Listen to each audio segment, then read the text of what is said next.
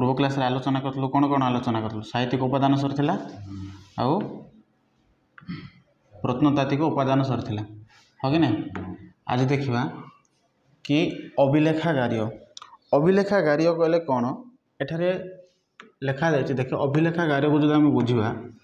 अभिलेखागार्य होउची इंग्रेज माने जेतेबेले भारत रे शासन करथिले के इंग्रेज माने से माने कोन करथिले किछि ऐतिहासिक तथ्य गुडाक भारत रे छाड़ी की जाइथिले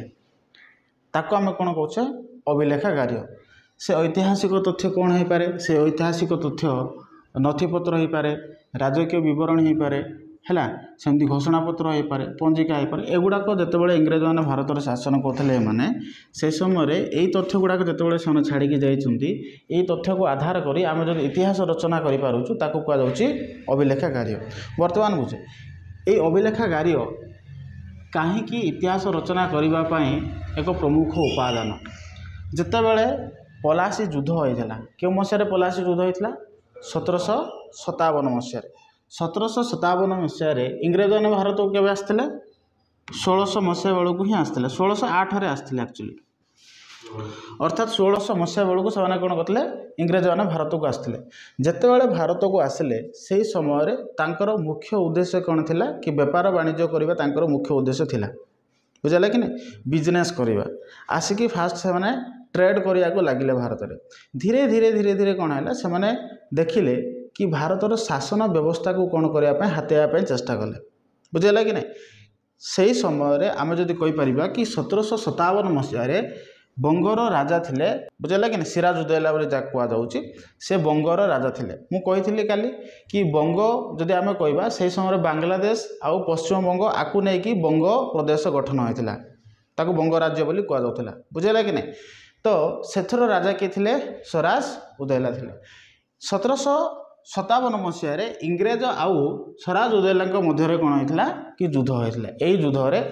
इंग्रेज मैंने कौन करते जीति कौन कले कि भारतर शासन व्यवस्था को से धीरे धीरे हाथेवा चेष्टा करते। तो जितेबाला से भारत में शासन करुले से समय से कौन कले कि तथ्य जमती एठारे कहुई कौन कि नथिपत्र है राजकीय विवरणी है घोषणानामा है कि घोषणापत्र है एगुड़ाक जितेबाला से छाड़ी जाइछन्ति जदि आम देखा तो ताकू से आम कौन जापर इतिहास जापर बुझिपार कि नहीं। देख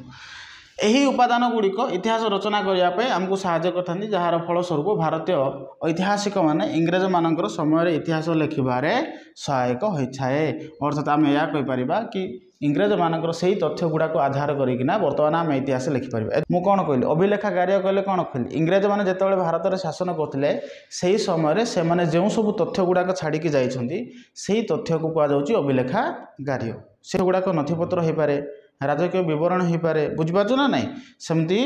आदेशनामा हो पारे बा पंजिका हो पारे एगुड़ाक आम कौन बोली कहे अभिलेखागार्य बुझेगा। अभिलेखागार्य आउ गोटे उपादान कहीपर कि व्यक्तिगत कागजपत्र कौन व्यक्तिगत कागजपत्र ये व्यक्तिगत कागजपत्र कौन जदि आम कहीपर इंग्रेज माने शासन समय से किसी व्यक्तिगत कागजपत्र गुड़ाक व्यवहार करुले जमीक मोर पर्सनाल लेटर मु जन को लेटर लिखुची बुझेगा कि नहीं। तो से लेटरटा कौन हम मो व्यक्तिगत हम व्यक्तिगत कागजपत्र। तो सेमाने जितेबाला कौन करते जो लेटर गुड़ाक व्यवहार करते आम व्यक्तिगत कागजपत्र बोली कहवा। ये जो अभिलेखागार्य आम जो कहले कि अभिलेखागार्य भारत में कौठार अच्छी नुआ दिल्ली रे अच्छी भारत कौठार अच्छी नुआ दिल्ली मन रखिथा भारत अभिलेखागार्य कौठार अच्छी नुआ दिल्ली। ठीक सेमती इंग्लैंड जब देखा England Commonwealth relations office library जोटा रही सेठारे अभिलेखागार्य रही बुझेगा कि नहीं ना बुझिपारूनु भारत कौठार अच्छी नुआ दिल्ली रे इंग्लैंड कौटा रही England Commonwealth relation office library रे अभिलेखागार्य रही ये बुझेगा। तो ये जो व्यक्तिगत कागजपत्र आम कहीपर आपको पर्सनाल डायरी कहीपर से जो पर्सनाल डायरी मेंटेन्स करुले से पर्सनाल डायरी को आधार करी आमे से समय इतिहास जापर जमती किए किए से समय पर्सनाल डायरी गुड़ाक व्यक्तिगत कागजपत्र व्यवहार करते Lord Lytton Lord Dufferin Lord Montagu Lord Curzon हो पारे लॉर्ड मर्ले हो पारे बुझेगा कि नहीं एमाने कौन करते व्यक्तिगत कागजपत्र गुड़ाक व्यवहार करते से व्यक्तिगत कागजपत्र आम कौन जाना इतिहास जाना बुझेगा कि नहीं। एटा गोटे थिला कौन इतिहास जानिबार उपादान। जो भाई भौणी मैंने व्हाट्सएप ग्रुप रे जॉइन करना डिस्क्रिप्शन बॉक्स रे व्हाट्सएप ग्रुप रही सेमती टेलीग्राम ग्रुप रही